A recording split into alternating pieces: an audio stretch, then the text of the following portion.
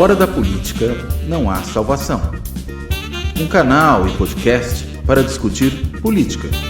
Produzido por mim, o cientista político Cláudio Couto.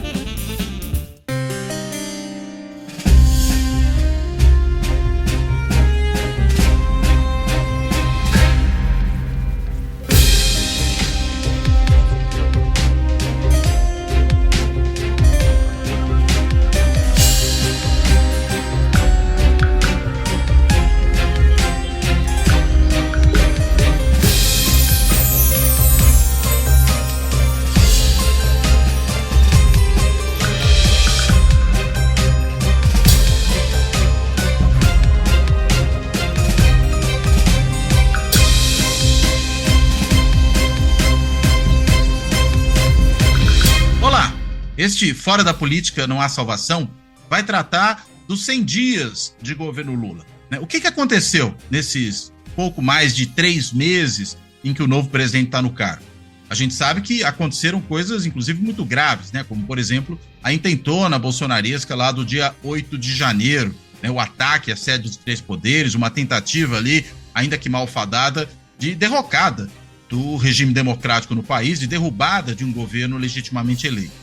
Mas isso foi só o começo, só o aperitivo, ainda no finalzinho da primeira semana de governo. De lá para cá, várias outras coisas ocorreram, o governo retomou algumas das políticas que inclusive foram marcas dos governos petistas, Minha Casa Minha Vida, Bolsa Família, mais médicos, enfim. Essas políticas vêm sendo retomadas, todas elas descontinuadas aí nos últimos anos, algumas delas já no governo Temer, outras principalmente no governo Bolsonaro. E como o governo Bolsonaro foi também um governo de desmantelamento, de desmonte, de muita coisa que levou anos e anos e anos para se consolidar no Brasil em termos de políticas públicas, algumas delas que remontam, inclusive podemos dizer aqui, à ditadura militar, por exemplo, o plano ou programa nacional de imunizações, que começa lá no final dos anos 60, na sequência da campanha de erradicação da varíola, foi se consolidando ao longo dos anos, foi fortalecido no SUS. E o governo Bolsonaro, no que dependesse só dele, não teria mantido esse negócio em funcionamento. Apenas o fez porque foi muito pressionado, inclusive, pela CPI da Covid. E a gente pode dar o exemplo também da área ambiental, da política indigenista, enfim, uma série de áreas em que o governo vai sendo remontado, reconstruído nesses 100 dias. Mas fora isso, tem alguma coisa que a gente possa dizer que já apresenta a marca desse novo governo?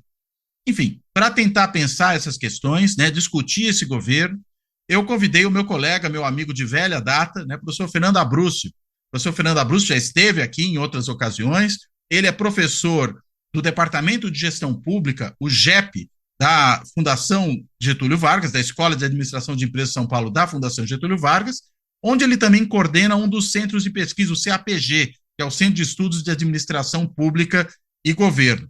E o Fernando, enfim, além de cientista político, entendedor muito profundo da questão do federalismo no Brasil, dentre outros assuntos, também vem, nos últimos anos, aí trabalhando muito afincadamente na área de educação, o que vai fazer com que depois eu aproveite mais adiante para perguntar também para ele sobre essa questão toda envolvendo a reforma do ensino médio e agora essa parada, esse freio de arrumação que o governo está fazendo com relação a isso. Mas, enfim, sem maiores delongas, até porque o Fernando eu sei que vai falar bastante, e aí eu não quero me encupridar aqui no começo, eu vou dar as boas-vindas ao Fernando, agradecer a ele por topar fazer essa conversa e lanço aqui uma primeira questão.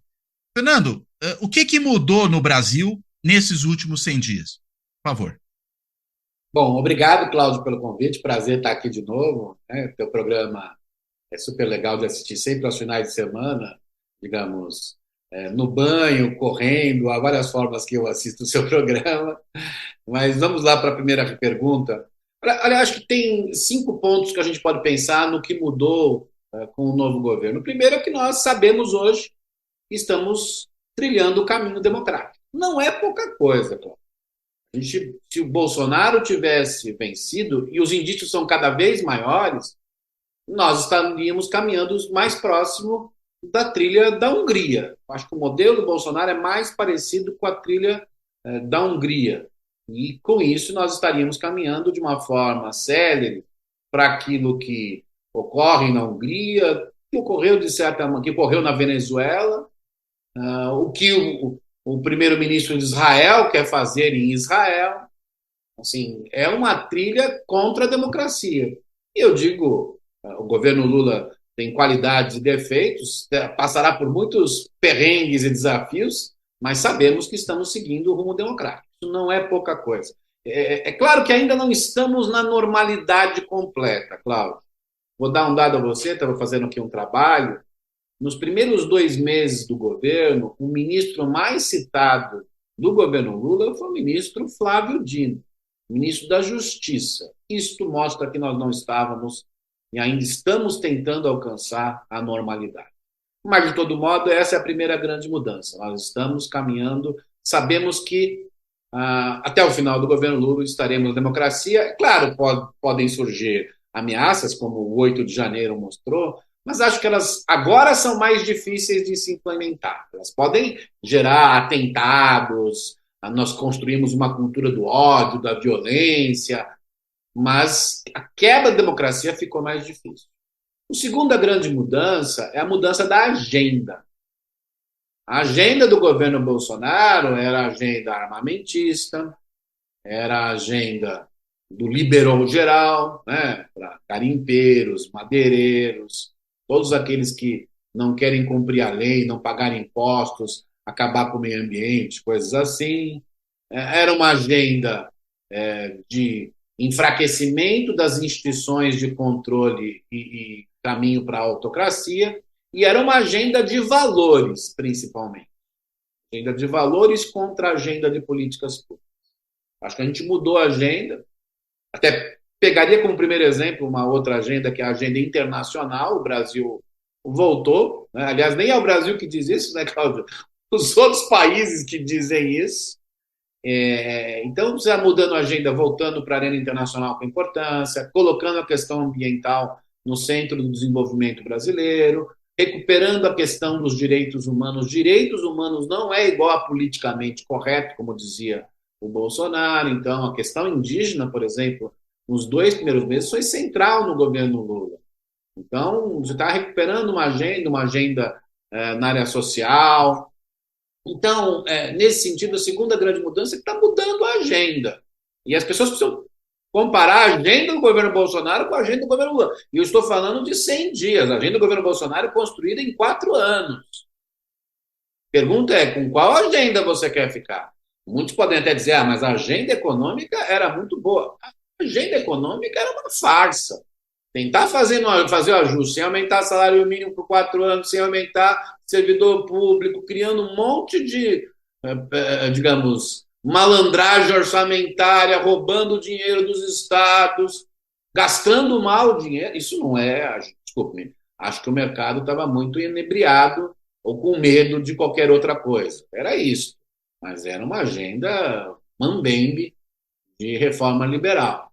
A terceira mudança é que, nessa passagem de uma nova agenda, o governo Lula é um governo de políticas públicas, né? Isso é bom para o país. O país sofreu nos últimos anos porque as políticas públicas se enfraqueceram e precisa ter políticas públicas boas na área ambiental, na área de saúde, educação, habitação. Mesmo a questão internacional, como dizem nossos colegas do campo, é uma política pública em si. Então, há um desenho de política pública. É claro que isso fará com que o governo Lula seja cobrado por políticas públicas. É bom lembrar, boa parte da imprensa não cobrou o governo Bolsonaro por políticas públicas. Estamos vendo agora vários problemas de políticas públicas do governo Lula foram plantados durante 4 anos do governo Bolsonaro e ninguém discutia isso, discutia os temas do cercadinho. Então, assim, claro que se tem um bônus para o Lula, tem um ônus. Vai ser cobrado por políticas públicas. Acho que uma quarta mudança é uma mudança mesmo de relacionamento do governo com a sociedade, com os vários atores. Aquilo que o Conrado chamou nessa semana em artigo de civilidade, vamos chamar assim. Eu acho que, por mais que tenha havido alguns escorregões de ministros e do próprio presidente Lula nos últimos 100 dias em algumas declarações públicas, e foram escorregões que são importantes sempre de serem citados, inegavelmente, a civilidade mudou gigantescamente. A relação do governo, por exemplo, com a imprensa é completamente diferente. Até para falar bobagem, o governo aceita dar entrevista para a imprensa. O outro governo não tinha isso.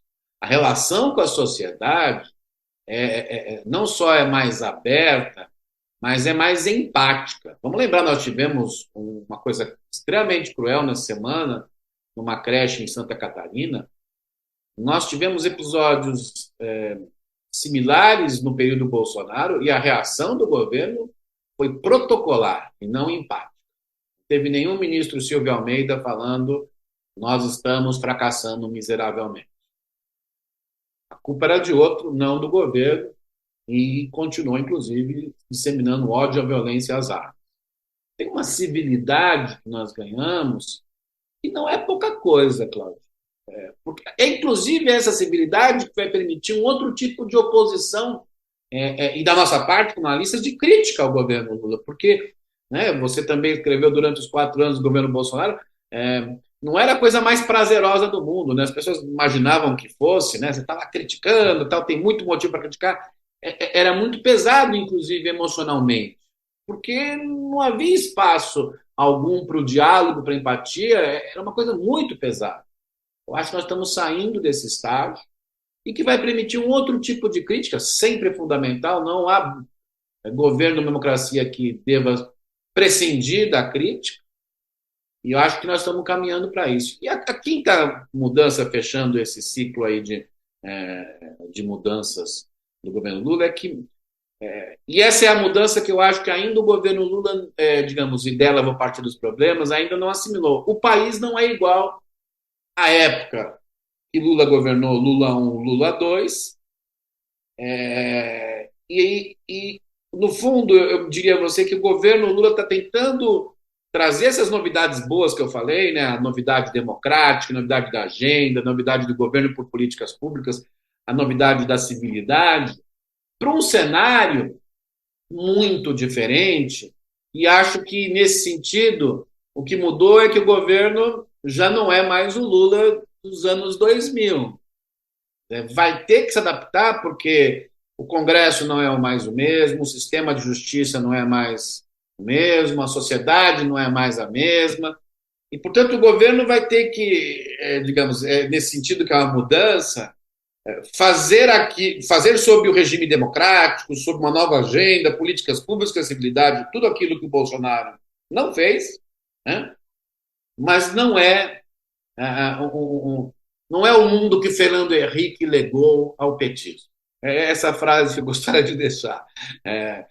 Que a Constituição de 88 e Fernando Henrique legaram ao petismo um mundo em que foi possível, mesmo com conflitos, brigas entre PT e PSDB, fazer grandes transformações. Vai ser mais difícil, vai ter que se admitir que chegamos a um ponto tão baixo na escala das políticas públicas que a recuperação não se dará no piscar de olhos. Acho que essa medida em relação ao ensino médio ensinou ao governo que talvez o governo estivesse assumindo que bastava fazer política de educação, porque o outro não fez nada, e com um gestor competente, e o Camilo é um excelente gestor, e pronto. Não. Os estragos foram tão grandes que o governo vai ter que dizer para a sociedade que vai precisar de mais tempo para resolver esses problemas. Isso pode custar, sim, Cláudio, popularidade, mas vai ter que, essa mudança é importante. O governo vai ter que dizer à sociedade, precisamos dar um passo atrás para depois dar 2 passos à frente. Eu acho que isso é uma mudança que vai exigir ao governo, do governo, na verdade, uma conversa mais contínua com a sociedade, porque o buraco que foi cavado é muito profundo. E não adianta dizer amanhã. Eu sei que tem muita gente no governo, o PT imagina que amanhã os juros vão cair 10%, não vão. Então, assim, eu acho que essa é uma mudança que digamos, uma mudança de retomar o caminho, não é retomar o caminho no mesmo ponto. Nós não estamos retomando o mesmo caminho que deixamos, talvez em 2013, ou 2016 para alguns, mas com certeza não é retomar o mesmo caminho que estávamos em 2018. Então, Acho que essa é uma mudança importante, porque eu acho que ela que gera todo o conjunto de críticas, discussões sobre o governo Lula, porque não é só uma questão de acertar ou errar, é uma questão de perspectiva, né? Eu sou da linha da política que segue os historicistas, né? Desde Maquiavel, né? O Ortega Gasset dizia que o homem é sua circunstância, a política é sua circunstância. E para fazer aquelas 4 mudanças que eu falei inicialmente, né, relativas à democracia, à agenda, a um governo de políticas públicas, à civilidade, é tudo isso numa circunstância muito menos favorável do que Lula teve nos outros governos, no Lula 1 e Lula 2, como são chamados. E isto, eu acho que o lulismo está aprendendo ainda a lidar com isso. Ainda não sabe como lidar por completo. O próprio país não sabe lidar por completo. Quando eu vejo a tentativa de avaliar resultados de políticas públicas em 100 dias, o que é algo muito difícil de fazer do ponto de vista de evidências científicas, né? É de gente que perdeu as circunstâncias. As circunstâncias é que nós fomos para um buraco muito profundo, quase nos levou a uma ditadura, e sair de lá não será fácil. E a sociedade vai ter que aprender isso, e o governo vai ter que aprender. Aliás, é interessante essa contraposição que você fez entre o governo Bolsonaro como um governo de valores, né, ao que eu acrescentaria, talvez, valores, identidades e crenças. Né, acho que são outras coisas que estão presentes ali. E um governo de políticas públicas. O que não quer dizer que seja um governo desprovido de valores, identidades e crenças. A questão é onde está a ênfase, né, o que é prioritário. E até por isso é interessante que o governo Bolsonaro, e nisso ele está em linha com outros governos populistas, mundo afora, né, tem estudos aí mostrando isso, um estudo muito interessante do Carlin, que mostra exatamente isso. Esses governos, eles conseguem preservar um mínimo ali de popularidade a despeito do que possam fazer em termos de políticas públicas. Né? O que me leva a crer, e esse é o ponto do Carlin também, que na realidade eles não são avaliados em função da sua agenda de políticas públicas e do eventual sucesso ou fracasso que eles tenham nela. Mas eles são avaliados, sobretudo, pelo menos por esse grupo que os apoia, né, independentemente do que possa acontecer, eles são avaliados e apoiados por conta de valores, identidades e crenças. Né? E é por isso, entendo eu, que enquanto o governo Bolsonaro ali sempre manteve alguma coisa entre 1/4 e 1/3 do apoio, né, aprovação ao presidente, aprovação ao governo, ou bom e ótimo somados, né, totalizando algo dentro desse intervalo aí de 1/4 a 1/3, é exatamente esse o número que as novas pesquisas aí do IPEC, do Datafolha, mostram também que é o número dos que rejeitam, né, avaliam como ruim ou péssimo o governo Lula já nesses 100 dias. Ou seja, acho que a gente está simplesmente falando do mesmo grupo que mudou de perspectiva, porque antes apoiava um governo, hoje rechaça um governo, e assim como lá era a despeito do que fizesse ou deixasse fazer, também entendo que agora vai ser a despeito do que faça ou deixe de fazer. Né?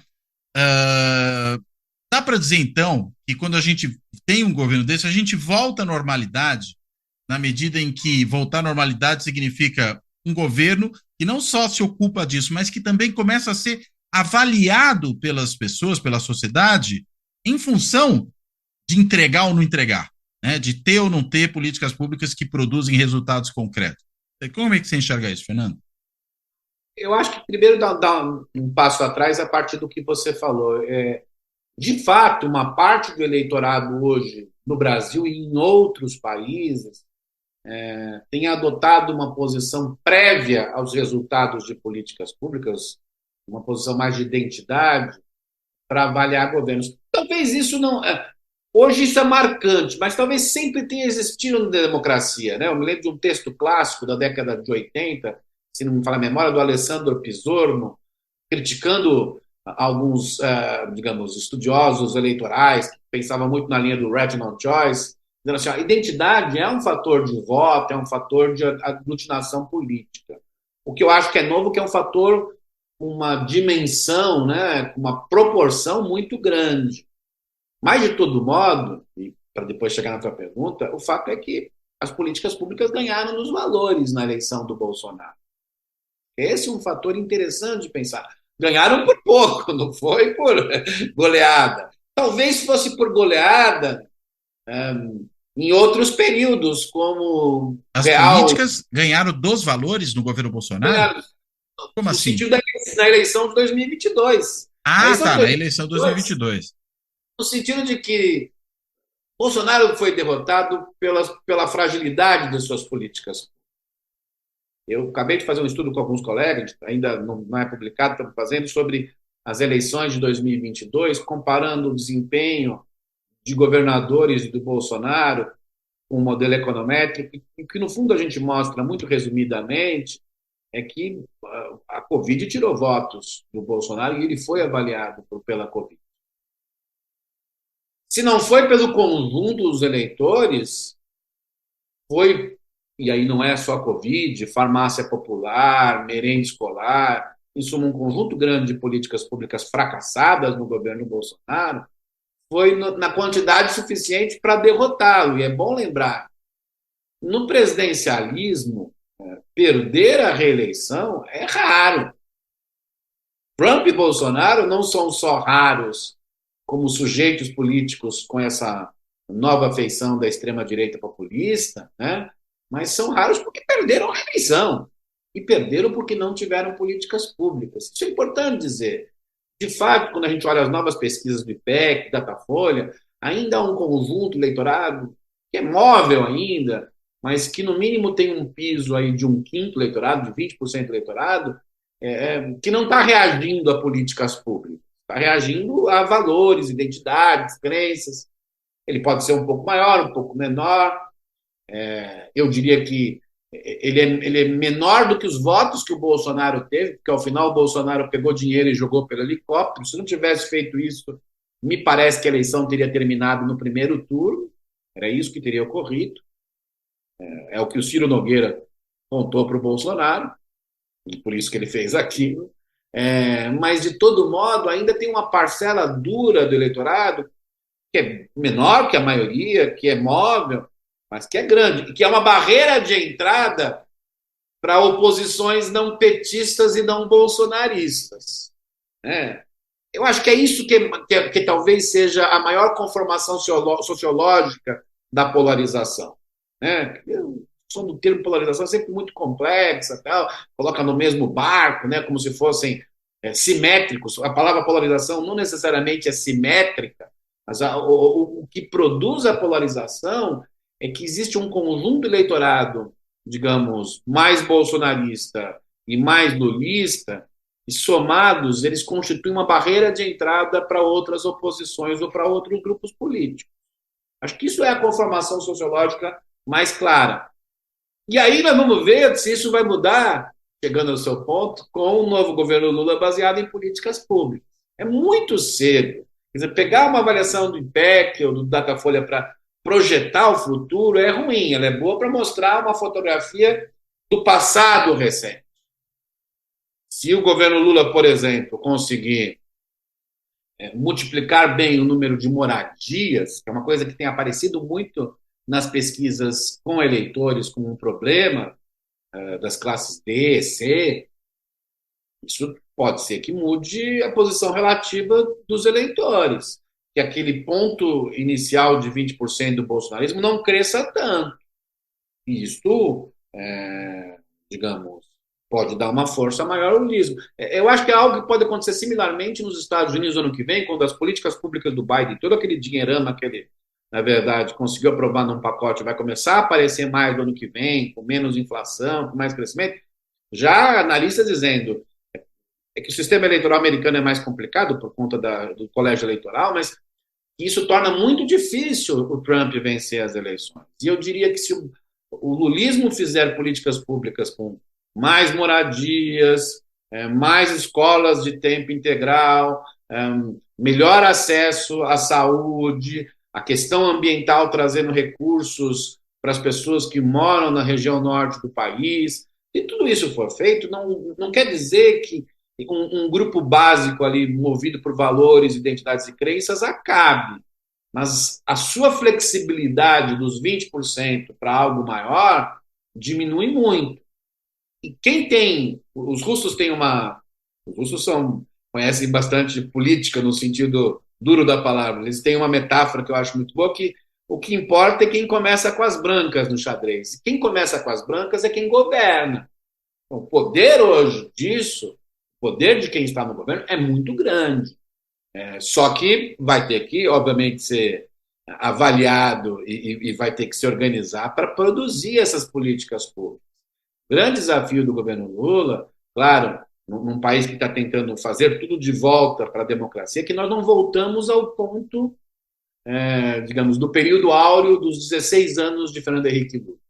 Aqueles 16 anos foram um período áureo porque a gente teve uma combinação, por mais que petistas e tucanos briguem, uma combinação muito rara na história brasileira de democracia, estabilidade econômica e inclusão social. Voltar a isso, que eu acho que é o sonho que o Lula tem, vai dar mais trabalho do que teve em 2003 ou 2007. Eu acho que é esse o ponto. Vai exigir mais paciência. Acho que é uma palavra que precisaria ser dita todos os dias nas reuniões ministeriais do governo Lula. Paciência. A reação, que a taxa de juros no Brasil é alta, não precisa estudar a economia, é só olhar os números. Mas a forma como o governo reagiu a isso demonstrou impaciência demais. É possível criar um caminho incremental, afinal, o Lula vai ser avaliado em 2026. Não vai ser avaliado. Mas tem fotografia, caminho, você faz um pouquinho aqui, acolá.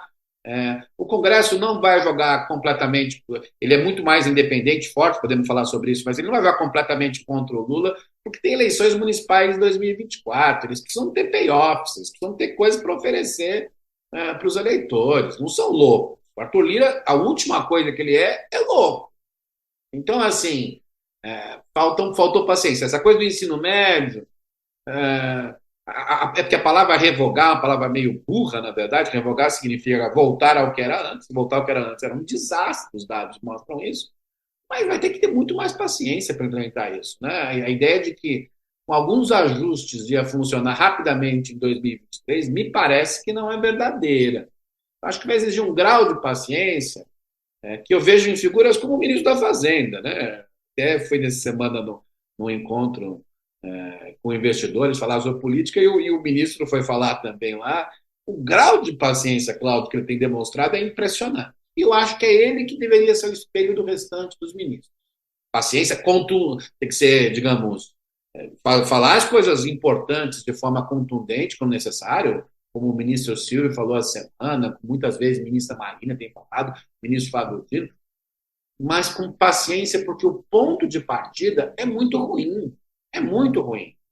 E apostar num governo de políticas públicas tem chances grandes de dar certo, isto é, eleger o sucessor, seja o Lula ou um candidato dele, se a aposta for uma aposta mais paciente, incremental, de construção até 2026. Aquela rapidez que teve do ponto de vista de popularidade, de crescimento econômico nos dois governos Lula, será mais difícil de ser repetida porque o Lula não foi eleito agora depois do Fernando Henrique, foi eleito depois do Bolsonaro. E se isso vale para o governo, também vale para a sociedade. Nós temos que criticar tudo aquilo que o governo errar. A base da democracia há muitos séculos. Mas temos que tem hora que tem que dar uma comparada, né? Não dá para a frase do presidente Lula em relação ao senador Sérgio Moro é desastrosa. Mas comparar isso ao que o Bolsonaro fazia é só se você dormiu nos últimos 4 anos. Dormiu num sono profundo, uma hibernação que nenhum urso conseguiu fazer até hoje na história da humanidade. Então, talvez só o Aras, né, tenha conseguido dormir tanto assim. Mas eu acho que esse não dorme, esse se esconde, né? Ele é mais esperto do que todos nós somados. Esse é um grande, digamos, Bertalhão. Alguém. Exatamente. Em Brasília a gente sabe qual é a fama. Mas, de todo modo, eu acho que é preciso apostar num governo de políticas públicas, mas isso vai exigir mais paciência, mais conversa com setores diferentes, mais focalização no que se quer em cada uma das políticas públicas. Porque como o Bolsonaro destruiu tudo, a tendência vamos fazer tudo, talvez escolher algumas coisas que tenham um efeito mais de bola de neve, seja do ponto de vista da popularidade, seja do ponto de vista de resultados. Quer dizer, bola de neve no sentido que a cada vez que se faz, mais coisas podem ser feitas. Eu acho que essa sensação, até porque o governo não assumiu numa situação de normalidade, até porque o governo assumiu numa situação que o buraco foi muito profundo, vai exigir uma capacidade de entender essa paciência. Claro, de tempos em tempos, o presidente falar mal dos juros de maneira abstrata, falar que o Brasil vai crescer mais do que os críticos dizem, isso é normal. A palavra populista também, às vezes, me preocupa, porque se classificar, às vezes, um pouco o que se diz com isso. Porque uma certa visão... o Michael Sandel, filósofo de Harvard, fala muito sobre isso, sobre os políticos americanos, né? De liberais de centro, centro-esquerda ou mesmo centro-direita, que nos últimos anos tudo que é falar com o povo é populista, produziu o Trump, produziu o Bolsonaro. O elitismo, você está pensando? O elitismo, sem dúvida alguma. Ele chama de a tirania do mérito, que eu acho um termo muito interessante. A gente precisa pensar mais no bem comum. Sabe que, de alguma forma, como há desigualdades, no caso brasileiro, desigualdades não faltam, né? Diversos tipos, né? Desigualdades mais fáceis de entender e mais difíceis, como a professora Maria Hermínia fez recentemente, Maria Hermínia, nossa colega, fez um artigo belíssimo sobre isso essa semana. Diante dessas desigualdades, é preciso ter muita calma de imaginar que um presidente não deva falar algumas coisas que aparentemente sejam populistas. O problema não é isso. O problema é quando você faz isso e atrapalha suas decisões. Ou quando você faz isso e isto vai contra, favorece aumentar a desigualdade. Ou quando faz isso sem uma empatia. Mas presidentes que não falem ao povo, que não abracem de alguma maneira a ideia de que é preciso ser popular, são desastrosos. Eu até compararia os Estados Unidos, interessante isso, né? Quando você olha o Obama e o Biden, hoje a figura do Biden é mais empática e popular do que o Obama, o que é um paradoxo, né? A história do Obama. Mas o Obama, ao final do governo, parecia, de fato, mais alguém da elite americana. O Biden é o que abraça lá algumas causas e questões populares de um modo mais, digamos, uma linguagem mais simplista do que a elite gostaria de ouvir. E nesse sentido, o Lula falar ao povo, às vezes reclamar como se estivesse, digamos, no almoço domingo com a família, não é o problema. O problema é que se isso atrapalha o processo decisório, se isso atrapalha o sucesso das políticas públicas. De resto, uma certa fanfarronice, você está pensando? Eu acho que isso é natural. Veja, o Lula falava mal dos juros no Lulão. As pessoas se esquecem disso. Mas não falava mal do Henrique Meirelles. Ele não pode falar mal do ministro, do presidente do Banco Central. Ele pode falar mal dos juros de maneira geral. Mas esse tipo, essa sutileza não é boba. Embora só um detalhe, né? O Henrique Meirelles tinha sido nomeado por ele, podia ser demitido por ele. Esse presidente do Banco Central não foi nomeado por ele e não pode ser demitido por ele. O que torna mais complicado ainda falar mal, digamos, fulanizar a questão, não é verdade? Mas tem o outro lado, né? Quando você tem uma instituição independente, digamos, ela é independente para agir. Agora, essa autonomização dela também a torna mais, vamos dizer, propícia a receber críticas, né? Inclusive de outros que em outras circunstâncias não a criticariam. Né? Mas com mais, se ela é independente, até dezembro de 2024, ela, em tese, pode fazer ouvidos moucos ao presidente. Não fará por completo, porque me parece que, digamos, ainda estamos construindo, assim, tem uma visão meio institucionalista de economista, assim, tipo assim, construiu a institucionalidade e está pronto. Não é assim, instituições demandam tempo para se construir. Nesse caso, nosso primeiro presidente do Banco Central Autônomo votou com a camisa do Brasil. Então, essas pessoas não vão esquecer isso. O Senado... se a taxa de juros não cai até o final do ano, o Senado não tem maioria petista. Mas os senadores digamos, mais de centro, quase centrão, vão xingar o presidente do Banco Central. É assim nos Estados Unidos, Cláudio. Você precisa construir a autonomia. As instituições não andam sozinhas, né? A etiqueta faz as instituições. Mas, de todo modo, do lado do presidente, falar mal dos juros é o almoço do bingo. Falar mal da pessoa, do presidente do Banco Central, é um erro, é um equívoco completo. Então, acho que isso tem tudo a ver com o governo fica muito preocupado com uma popularidade que poderia levá-lo a se tornar um governo Dilma II. Não há a menor chance do governo Lula 3 virar Dilma II. Condições são completamente outras. Mas não há a menor chance, no curto prazo, do Lula 3 virar o Lula 2. Terminou o governo com 7,5% de crescimento econômico, com 83% de popularidade. Mesmo se as políticas públicas cortarem uma parte dos votos, digamos assim, que foram despejados em Bolsonaro em 2022, o Lula não vai ter 83% de popularidade em 2026. Chances disso acontecer são quase zero. Então, se preparar para o presidente e suas circunstâncias, né? E nessa nova circunstância, as políticas públicas são centrais, importantíssimas, e talvez haja nesse eleitorado que não votou e ainda, digamos, não dá bom e ótimo ao Lula, uma necessidade de compreender melhor como é que as políticas públicas podem afetar esse eleitorado e talvez, saindo um pouco da minha dicotomia aqui, a dicotomia que sustenta o meu argumento, como é que essas políticas públicas dialogam com valores e identidades. E uma coisa são valores de identidade mais odiosos, violentos, extremistas, e outra coisa são valores e identidades que estão mais na linha do medo do que vem a ser o governo Lula. Acho que há uma distinção entre essas duas coisas, e talvez valesse a pena pensar que esse outro grupo, há políticas públicas que podem melhorar a vida deles e isso pode balançá-los, e essas políticas públicas, inclusive, podem conversar com esses medos que este público tem em relação ao PT, né? ao antipetismo seria. E acho que isso ainda não há uma reflexão muito clara sobre isso no governo. De todo modo, apostar em políticas públicas é receber mais críticas em políticas públicas. Como ponto de partida é desastroso, é mais fácil criticar as políticas públicas do governo Lula do que do governo Bolsonaro, é um paradoxo.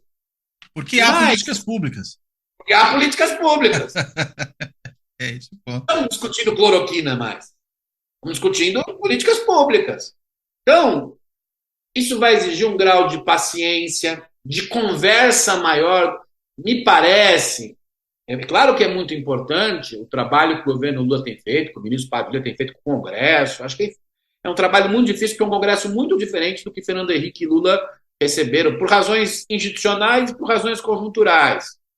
Mas também eu acho que o governo Lula tem que conversar mais com outros setores da sociedade, inclusive aqueles que não o apoiam, para construir essa ideia de que as políticas públicas vão melhorar a vida de todos, mas vão melhorar de forma incremental. E há, obviamente, emergências, como houve na Terra Yanomami, ali é uma emergência. Não tem jeito. Ou como quando houve aqui o desastre ambiental lá de São Sebastião, com as chuvas, tal. O presidente foi lá com o governador Tarcísio. Aí é emergencial, mas aquilo que não é emergencial vai exigir um caminho mais incremental, sobretudo a política econômica, na minha opinião, e vai exigir aquilo que o ministro Haddad está fazendo e que talvez o resto do governo tem que fazer. Conversar e mostrar, olha, eu estou apontando, no caso da política econômica, para um caminho. É isso que é, no fundo, o arcabouço fiscal. Isso vai exigir várias coisas. Não vamos ser felizes amanhã, mas se a gente conversar e for construindo esse caminho, a gente tem um caminho. Eu acho que se nas outras políticas públicas essa proposta for feita, será melhor. Veja, a questão ambiental, a ministra Marina, as melhores pessoas do país para assumir esse assunto, super qualificada. Tem coisas que são coisas emergenciais, ela está lidando com isso, mas tem coisas que os resultados vão demorar um pouco mais e nós vamos ter que explicar em algum momento isso para a sociedade. Porque tem uma parcela da sociedade que acha efetivamente que não se deve cumprir regras de sustentabilidade. E uma Embora parcela dessa sociedade está dentro do PT também, né?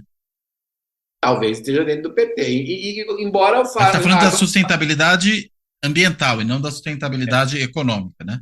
Eu estava pensando na econômica, na verdade. econômica, aí é mais para esse outro lado, digamos assim, né?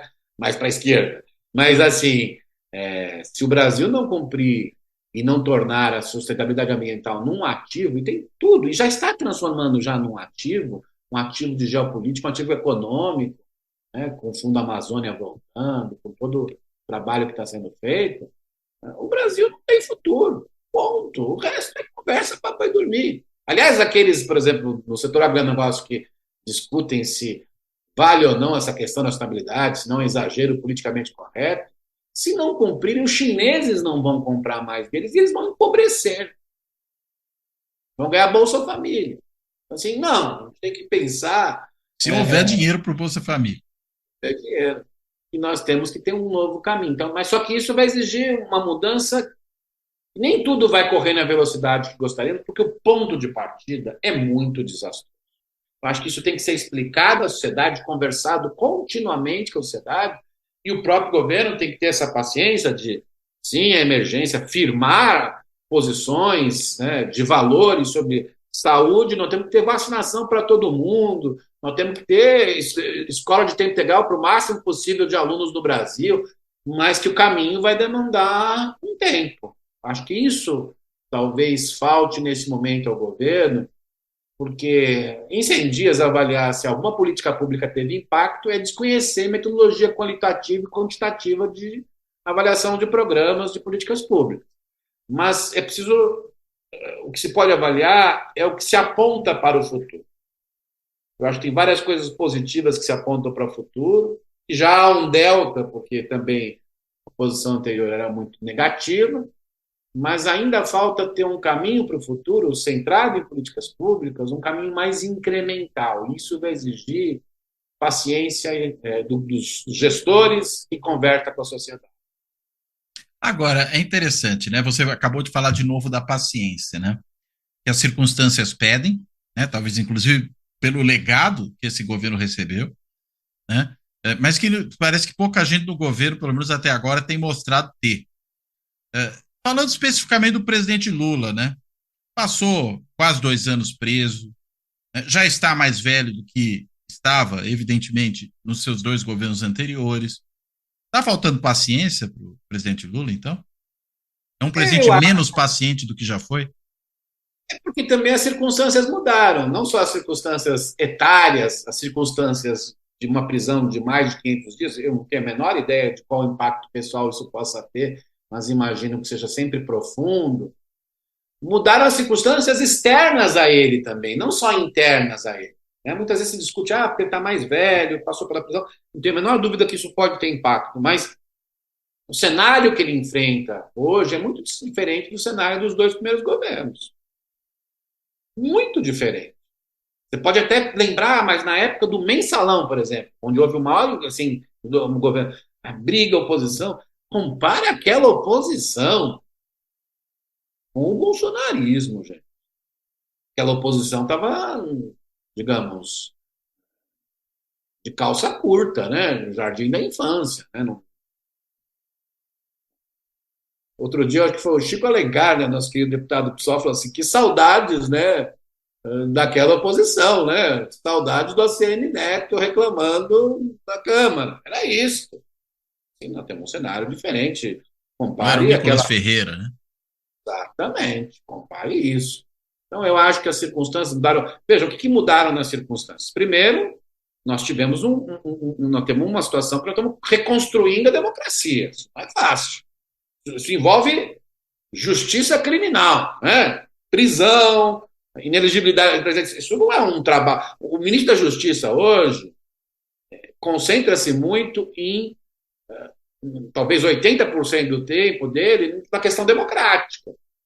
Acho até que houve debates, eu sei, aí, talvez dar um outro programa, talvez por isso que a segurança pública talvez tivesse que estar fora do Ministério, porque a agenda não é uma questão estrutural, uma questão conjuntural. A agenda dele hoje é uma agenda com 80% tem a ver com questão democrática. Isso é impressionante. Os 2 primeiros meses ele ser o ministro mais citado pela mídia, e, obviamente o ministro Flávio Dino é um cara muito qualificado, mas não acho que não é por isso, é por conta das circunstâncias.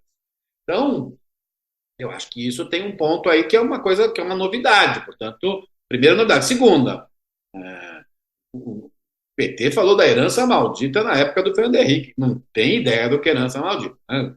Convenhamos, agora vão entender o significado da palavra herança maldita. É muito complicado. Terceiro, o Congresso o presidencialismo de coalizão já não funciona do mesmo modo que funcionava com Fernando Henrique e Lula. Houve mudanças institucionais, houve mudança na lei dos vetos, houve mudança em medida provisória no meio desse tempo, houve mudanças importantes na legislação sobre emendas parlamentares, houve um governo Temer que, por fragilidade, já começou a entregar o poder ao Congresso, e um governo Bolsonaro, não por fragilidade, mas por escolha de um modelo político, entregou ao Congresso. Então, esse pessoal chegou empoderado, para usar uma linguagem dos dias atuais. Então, você tem que conversar de um outro modo. Embora, honestamente, eu acho que o Congresso está muito mais cooperativo com o governo do que se admite no debate público. Vai criar Embora não tenha começado para valer o jogo ainda, né? Eu acho que porque, assim, eles sabem que o período que vem de 2013 para cá foi muito complicado. Ninguém quer comprar de novo um impeachment de presidente, ninguém quer comprar de novo um governo que vai contra a sociedade, o Congresso tem que aprovar goela abaixo do governo um auxílio emergencial. Então, e tem eleição em 2024, né, cara? Então, assim, essa eleição em 2024, para boa parte dos deputados, principalmente, o Senado é mais tranquilo, a maioria para o governo. Se eu ficar completamente o governo depois de ter sido viciado, é quase aquela coisa de drogas, né? Eu fui viciado por uns 2, 3 anos em orçamento secreto, assim, anabolizante, né? Anabolizante, assim, em nível máximo. Perder tudo e ficar completamente contra o governo, no meio de um contexto que tem um monte de louco lá embaixo gritando valores, etc., que não vai nem dar bola para o Centrão, vão dizer que nunca viram o Arthur Lira num jantar, eu preciso ter alguma base de recursos. Então, assim, acho que o Congresso, e olhando para a Câmara, que é o lugar que houve mais, as mudanças institucionais ficaram mais presentes na Câmara, eles querem ter um grau de cooperação. É claro que não querem perder o protagonismo, não querem perder todo o protagonismo que tiveram nos últimos anos. De fato, o Congresso era menos protagonista no auge do presidencialismo de coalizão. Mas sabe que agora quer ter um protagonismo importante, mas um protagonismo mais equilibrado do que houve entre Dilma II, Temer e Bolsonaro. Porque agora eles estão com riscos. Em 2024 acaba o mandato de presidente da Câmara, da Arthur Lira, e ele estará, como se diz na política, na chuva. Na planície. Na planície. Então vamos com calma, negociar. É provável que no arcabouço fiscal mude uma coisa aqui, mas isso é bom. Na democracia é importante um Congresso mais protagonista. É bom lembrar quando tinha aquela regra das medidas provisórias no governo Fernando Henrique, em que o Congresso, digamos, só renovava mudando uma vírgula. Lembra disso, né? Quando renovava. Era ridículo aquilo, né? Era um Congresso ridículo nesse sentido do ponto de vista institucional. Mas também um Congresso como aquele do final do governo Bolsonaro, em que, no fundo, chantageia o governo para conseguir emendas ou recursos secretos, este também não é possível.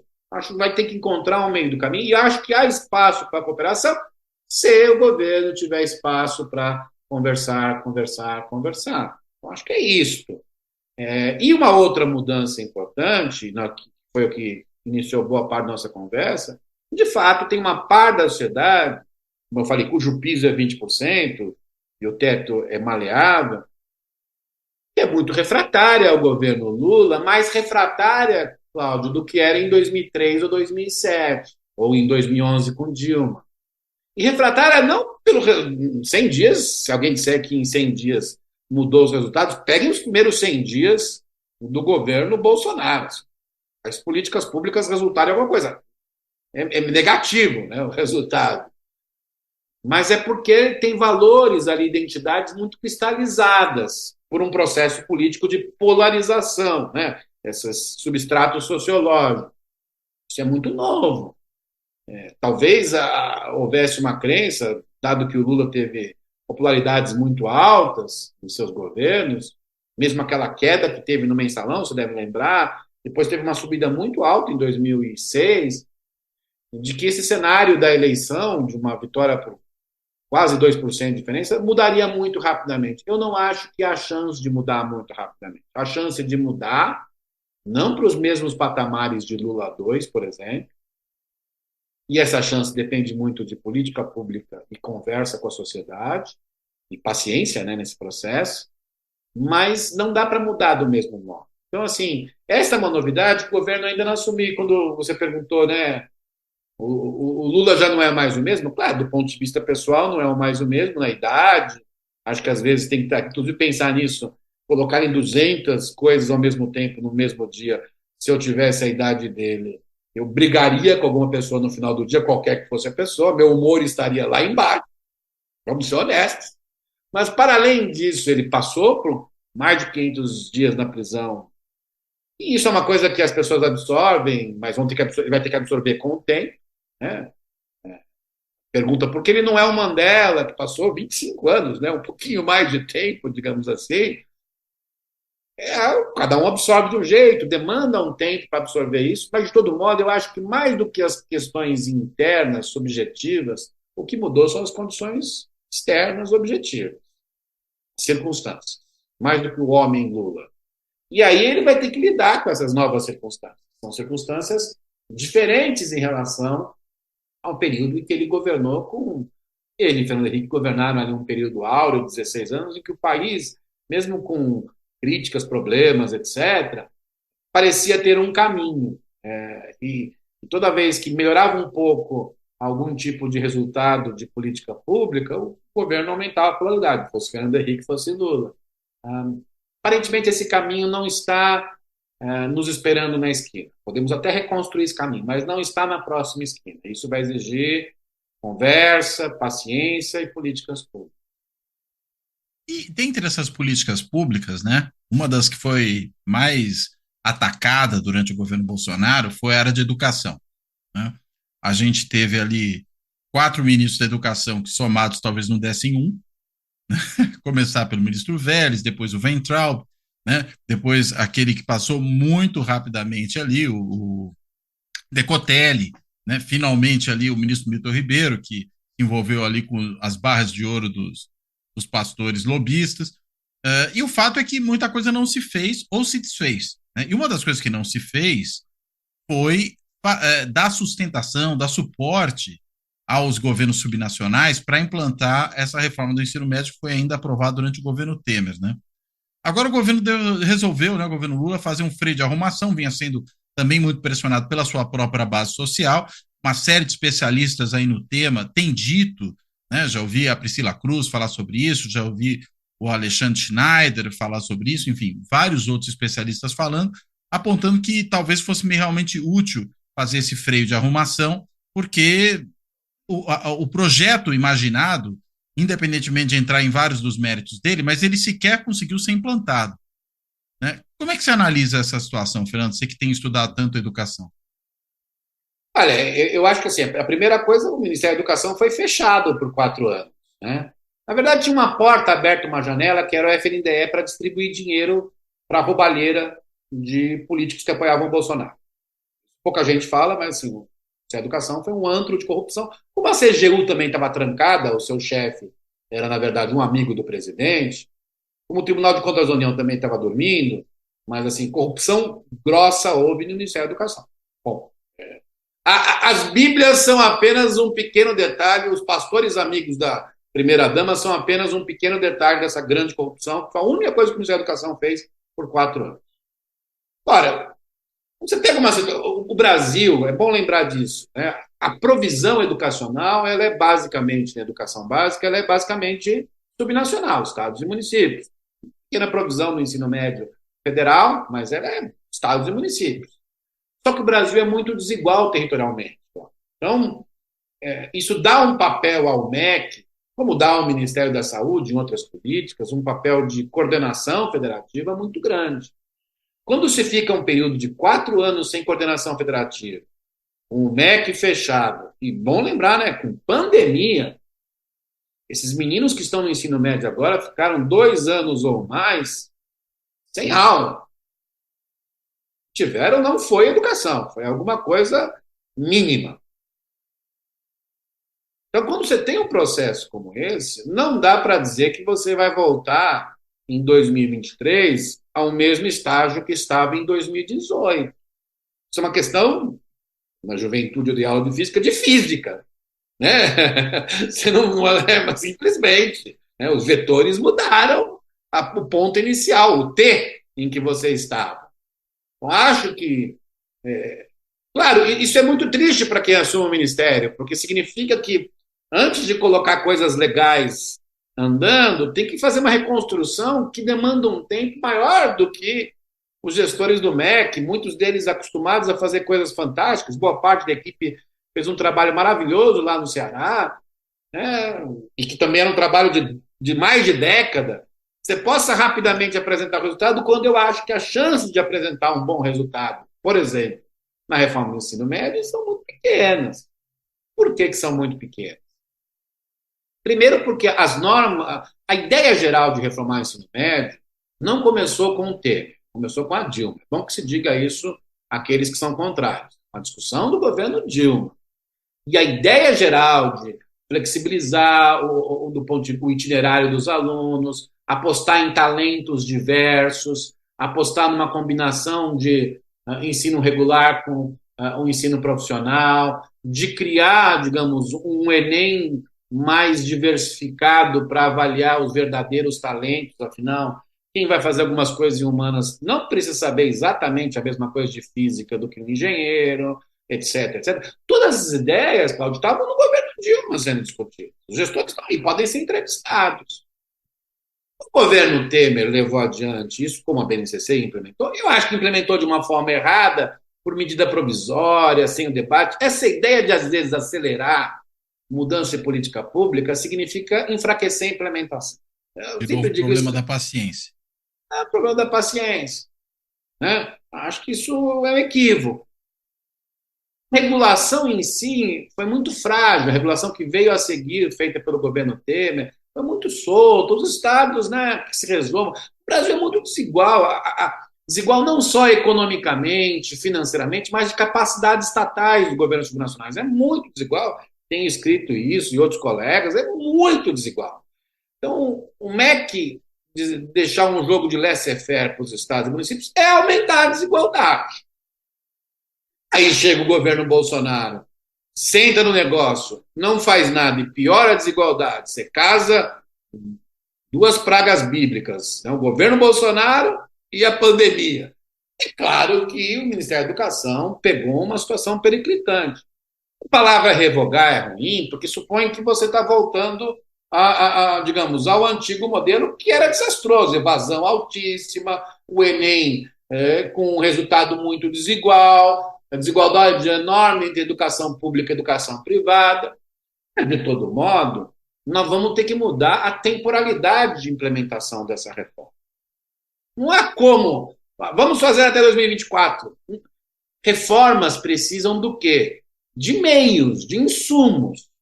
A gente não sabe quantos professores há no Brasil seriam necessários para essa reforma. Há muita desigualdade na distribuição digamos, de possibilidade de itinerários entre os municípios brasileiros. Não houve formação de professores para a reforma do ensino médio. E eu estou citando algumas coisas, a lista é maior. Parar, conversar com a sociedade e fazer um novo cronograma. Não é abandonar a reforma na sua missão mais geral de flexibilização, multiplicar formas vocacionais, pensar no novo Enem, tudo isso, jogar para trás para manter o antigo modelo com 13 disciplinas, em que se aprendia como conteúdo curricular mais física no Brasil do que na Alemanha, e no final, obviamente, não se aprendia, Isso não faz o menor sentido. O mundo não está caminhando para isso, a gente não pode estar muito distante das melhores experiências educacionais do mundo, a gente pode customizar as nossas condições, mas muito distante não pode estar. Porém, o cronograma tem que mudar, e eu acho que aí houve essa dificuldade da paciência, de saber que, diante disso, talvez tenha que ter um cronograma maior, conversar com mais gente, pensar, digamos, em quais meios precisam ser utilizados para alcançar esse novo ensino médio que precisará ser feito. Claro que também a situação dos estados, né? O ensino médio é basicamente estadual no Brasil. Alguns estados estão implementando muito bem, inclusive o Ceará do ministro da Educação. Mas se você for em várias redes, e sobretudo na rede dos 3 estados mais populosos desenvolvidos do país, Rio, São Paulo e Minas, a reforma do ensino médio vai muito mal. Muito mal. Então, diante disso, é preciso parar, fazer um novo cronograma. Não é para revogar no sentido de perder o sentido, é reforçar aquele sentido. Mudar um pouco a regulação, porque, de fato, a abertura que se deu para a ideia de itinerários é absurda. Nenhum lugar do mundo faz isso. Né? Você tem algum... Do ponto de vista de ser genérico demais? Tudo. Qualquer coisa pode ser itinerário. Então, eu acho que a gente precisa ter um freio de arrumação nisso, sem dúvida alguma. Produzir normas nacionais que deem um certo cardápio de itinerários e um espaço para os estados, mas hoje não há esse cardápio tão claramente definido, que haja um grande investimento federal junto com os estados, em parceria, para fazer formação de professores. Vai ter que dar dinheiro, Cláudio, federal, para ajudar a implementar, porque o Brasil é muito desigual. Muito desigual. De todo modo, uma coisa importante que eu queria falar é que grande parte desse processo tem a ver com a governança das instituições brasileiras. A educação não tem um sistema nacional de educação. Não tendo isso, permitiu que se fizesse uma reforma do ensino médio sorrateiramente por medida provisória. Me perdoe o ministro, respeito muito o deputado Mendonça, mas isso é uma bobagem, isso é um erro. Não adianta. A história vai dizer que é um erro. Não adianta a gente ficar discutindo agora, porque 10 anos vão falar que é um erro. Isso não ajuda a implementação. Depois veio um governo que destruiu a educação e falou para os estados e municípios se virem. E quando o governo agora Lula toma a decisão e há um conflito com os estados e municípios, é porque nós não temos na educação o que há na saúde. Grandes decisões, mesmo que conflitivas, passam pelo SUS. Vejam, o Bolsonaro era negacionista. Ele foi obrigado a dar bilhões para a saúde. Por quê? Porque existia o SUS. Se não existisse o SUS, ele não daria bilhões para a saúde, como o Trump não deu.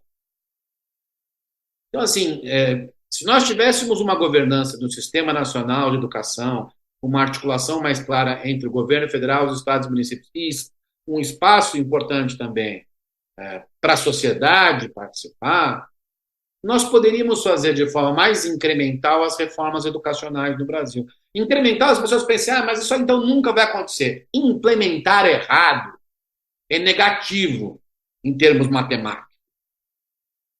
Portanto, é preciso criar um sistema nacional de educação, inclusive para que a gente possa aprender com essa história da reforma do ensino médio, e vem lá do governo Dilma, Temer, Bolsonaro, agora governo Lula.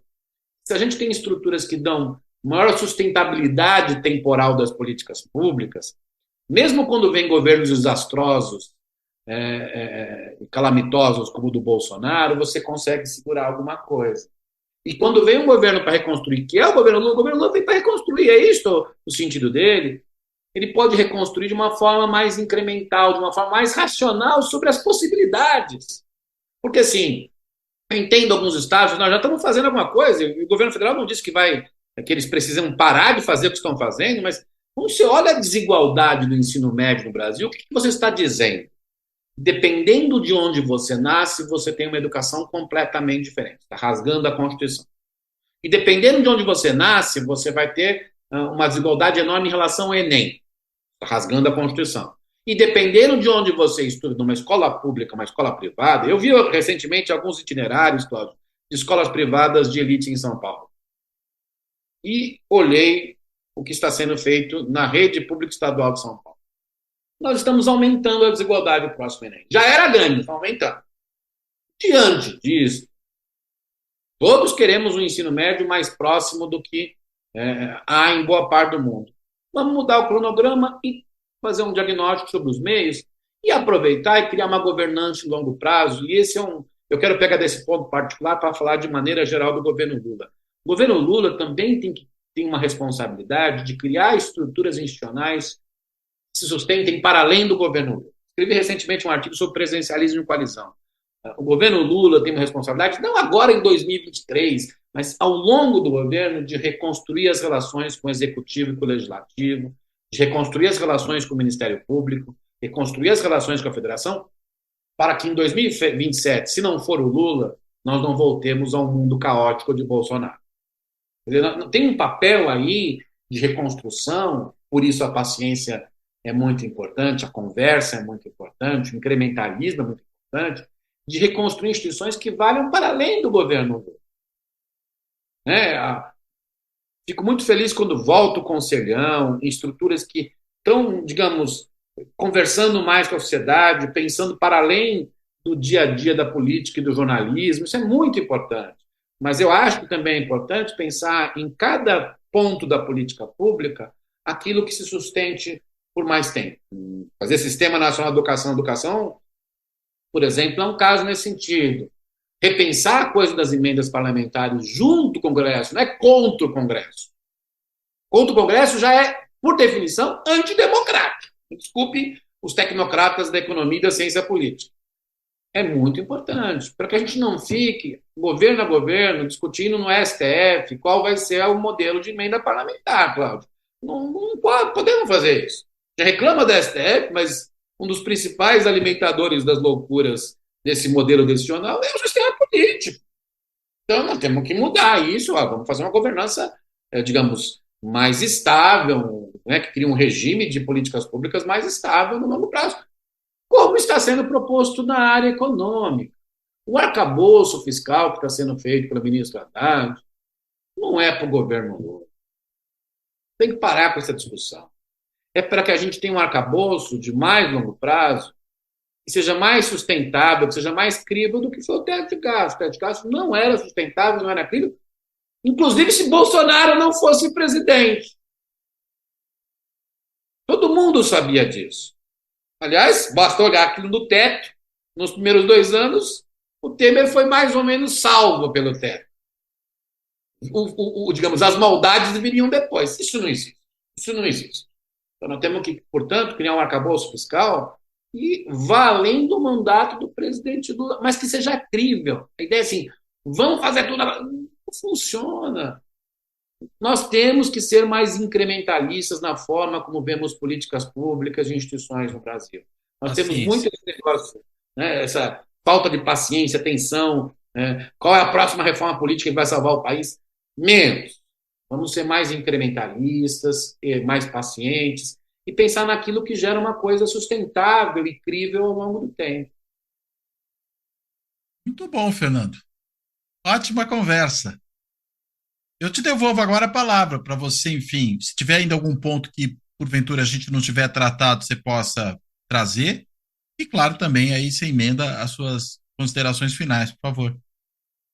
Eu acho que o governo Lula precisa pegar algumas lições desses 100 primeiros dias. A primeira lição, falei muito sobre isso hoje, é ter mais paciência, uma visão mais incremental das políticas públicas.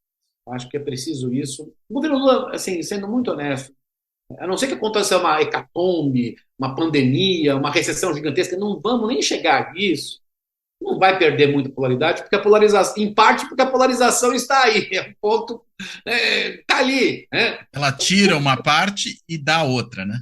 Isso. Então, assim, acho que uma visão mais incremental, mais paciente, é muito importante. Segundo, conversar o máximo possível com a sociedade. É claro que esse governo é milhões de vezes mais aberto do que Bolsonaro ou Temer. Mas é uma coisa que digamos, tem que ser uma ideia reguladora constante desse governo. Acho que vai ter a abertura do Conselhão aí em maio, do Conselho da Federação, porque para sair da polarização vai ser preciso muito trabalho de conversação, mas muito. E isso é importante não só para o governo Lula, mas para o país.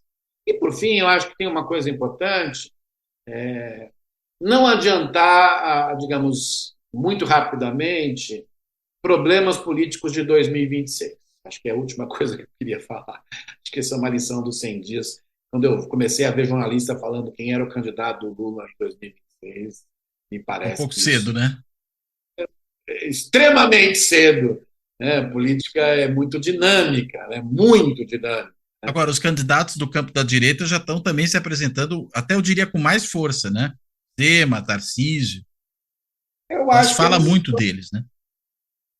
que mostra o enfraquecimento do bolsonarismo. Eu acho que essa é a principal razão de que eles se apresentaram muito cedo. E Bolsonaro vai se tornar inelegível, são favas contadas, o restante é difícil dizer se vão punir como deveriam toda a desgraça que ele produziu no país, né, e os crimes que ele cometeu, mas com certeza se tornará inelegível por 8 anos, portanto, por as 2 próximas eleições. Porque a pena começa em 2023, essa é a matemática. Então já estão se apressando. Eu teria mais calma, né? Eu acho que eles precisam, no caso do Zema, né, o último período de mandato, tal, pode querer correr, mas eu teria mais calma, porque se há divisões no governo, etc., do outro lado também haverá. A família Bolsonaro, se houver a punição do Bolsonaro, vai criar um escarcéu e uma desgraça para todos os candidatos do centro para a direita. Podem se preparar, incluindo para a esposa do presidente. A guerra vai ser dura. O próprio presidente a desautorizou, né? Logo depois da sua volta, falou que ela não tem vivência para o cargo para participar disso. Eu seguiria, se eu fosse oposição, uma estratégia mais mineira, e me parece que o Zema está sendo um pouco mineiro aí, e aí o político mais mineiro do Brasil hoje é o Kassab, né? Assim, eu seguiria uma estratégia mais Kassab, tranquilão, esperaria, porque entrar na chuva muito cedo. Veja, a primeira chuva que vai ocorrer vai ser nas eleições municipais, né? E imagino que todo mundo vai se dividir muito e por isso eles também deveriam ter um pouco mais de paciência. Mas, de todo modo, do lado do governo, fechando nele, muito cedo para ficar falando sobre essas coisas. Se eu estiver certo, não sei se estou, e há uma possibilidade incremental de produzir bons resultados, talvez não, provavelmente não iguais a 2010, mas bons resultados sólidos em 2026, quem quer que seja o candidato apoiado pelo presidente Lula, para além dele mesmo, é o favorito.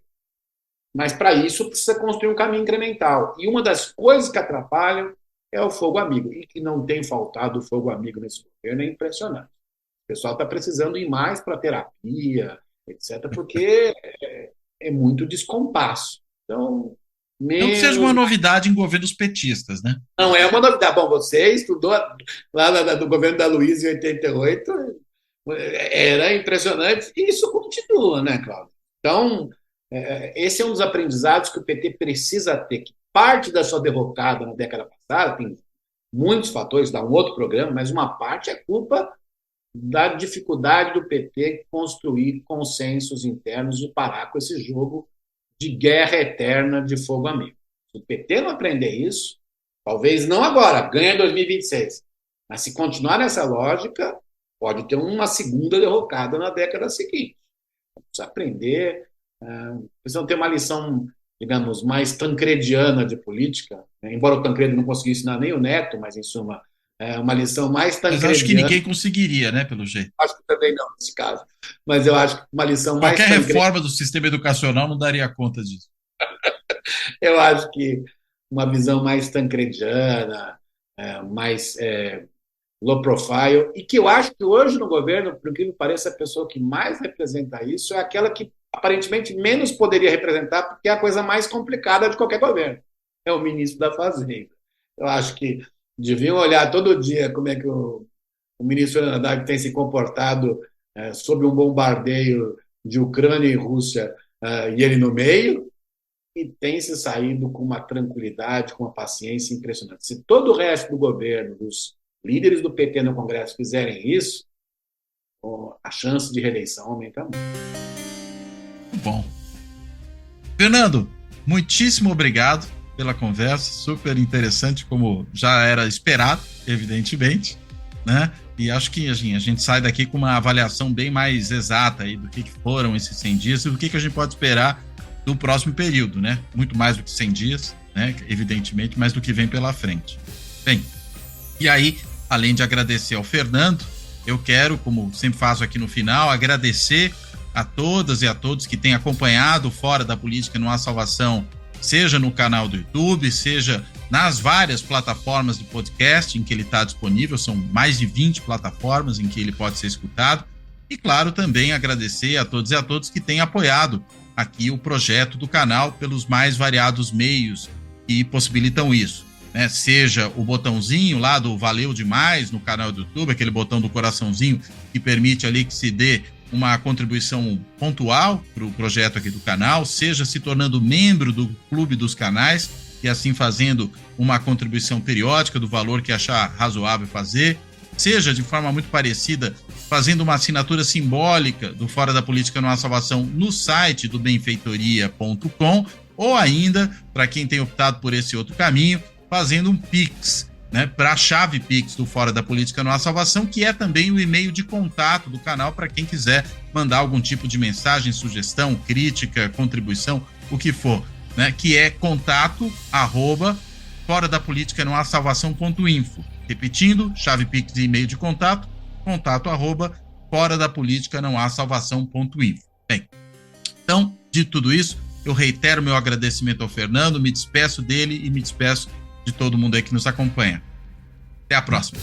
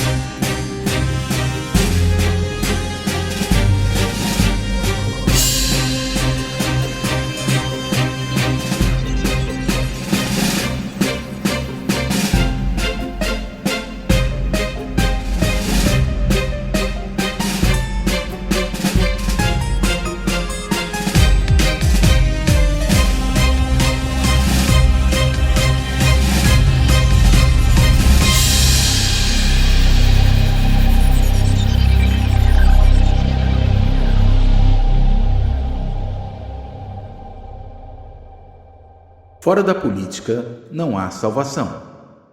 Um canal e podcast para discutir política.